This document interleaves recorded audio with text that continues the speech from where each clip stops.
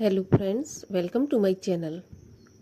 दोस्तों, श्राद्ध पक्ष लग चुका है और सभी के घरों में अपने अपने पूर्वजों के लिए अपनी अपनी श्रद्धा के अनुसार कुछ ना कुछ दान पुण्य श्राद्ध कर्म किया जाएगा। तो श्राद्ध से जुड़ी हुई एक ऐसी महत्वपूर्ण जानकारी आज के वीडियो में आपसे शेयर करने वाली हूँ जो कि सभी के लिए जानना बहुत ही आवश्यक है। तो बने रहिए वीडियो में अंत तक, और यदि वीडियो अच्छा लगे तो वीडियो को लाइक करिए, शेयर करिए, साथ ही साथ चैनल को सब्सक्राइब करके बेल आइकन को प्रेस कर दीजिए। तो देखिए, श्राद्ध करना बहुत ही अधिक आवश्यक है। आवश्यक ही क्या, मैं तो कहूँगी कि अनिवार्य है।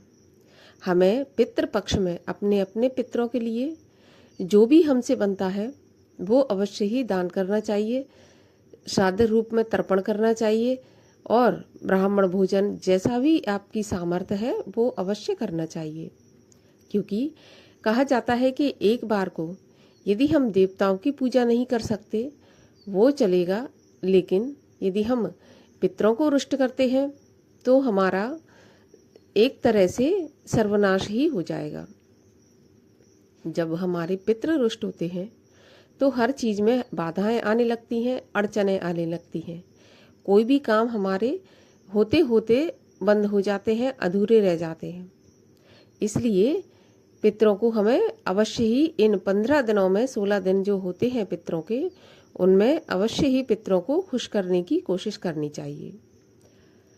अब देखिए, हम पितरों को खुश करना चाहते हैं, ना कि रुष्ट करना चाहते हैं। लेकिन भूलकर भी आप एक काम ऐसा मत कीजिए जिससे कि आपके पितृ खुश होने की बजाय नाराज हो जाए। सभी लोग कुछ ना कुछ दान पुण्य अवश्य करते हैं, तो भूलकर भी आप कहीं से उधार लेकर, कर्ज ऋण लेकर पितरों के लिए कुछ भी ना करें। यदि आपके पास कोई धन की व्यवस्था नहीं है, आप नहीं कर सकते, तो आपकी जितनी भी सामर्थ्य है उसी के अनुसार आप दान पुण्य करें, पितरों के लिए कुछ ना कुछ अर्पण करें। आप ये नहीं कि आपने कहीं से उधार ले लिया, उसके बाद आपने अच्छा खासा श्राद्ध कर दिया, ब्राह्मणों को भोजन करा दिया और कर्ज में आप डूब गए। अब मैं ये इसलिए नहीं कह रही कि आप कर्ज में डूब जाएंगे, ऐसा नहीं है। आप तो डूबेंगे ही, लेकिन आप जो कर्ज लेकर पितरों के लिए करेंगे तो पितृ भी आपके ऋण में डूब जाएंगे।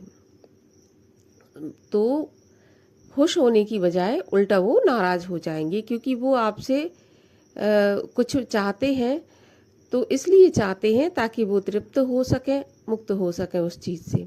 लेकिन यदि आप कर्ज लेके करेंगे तो उल्टा वो कर्ज में उलझ जाएंगे। तो कभी भी आपको कर्ज लेकर श्राद्ध कर्म नहीं करना चाहिए।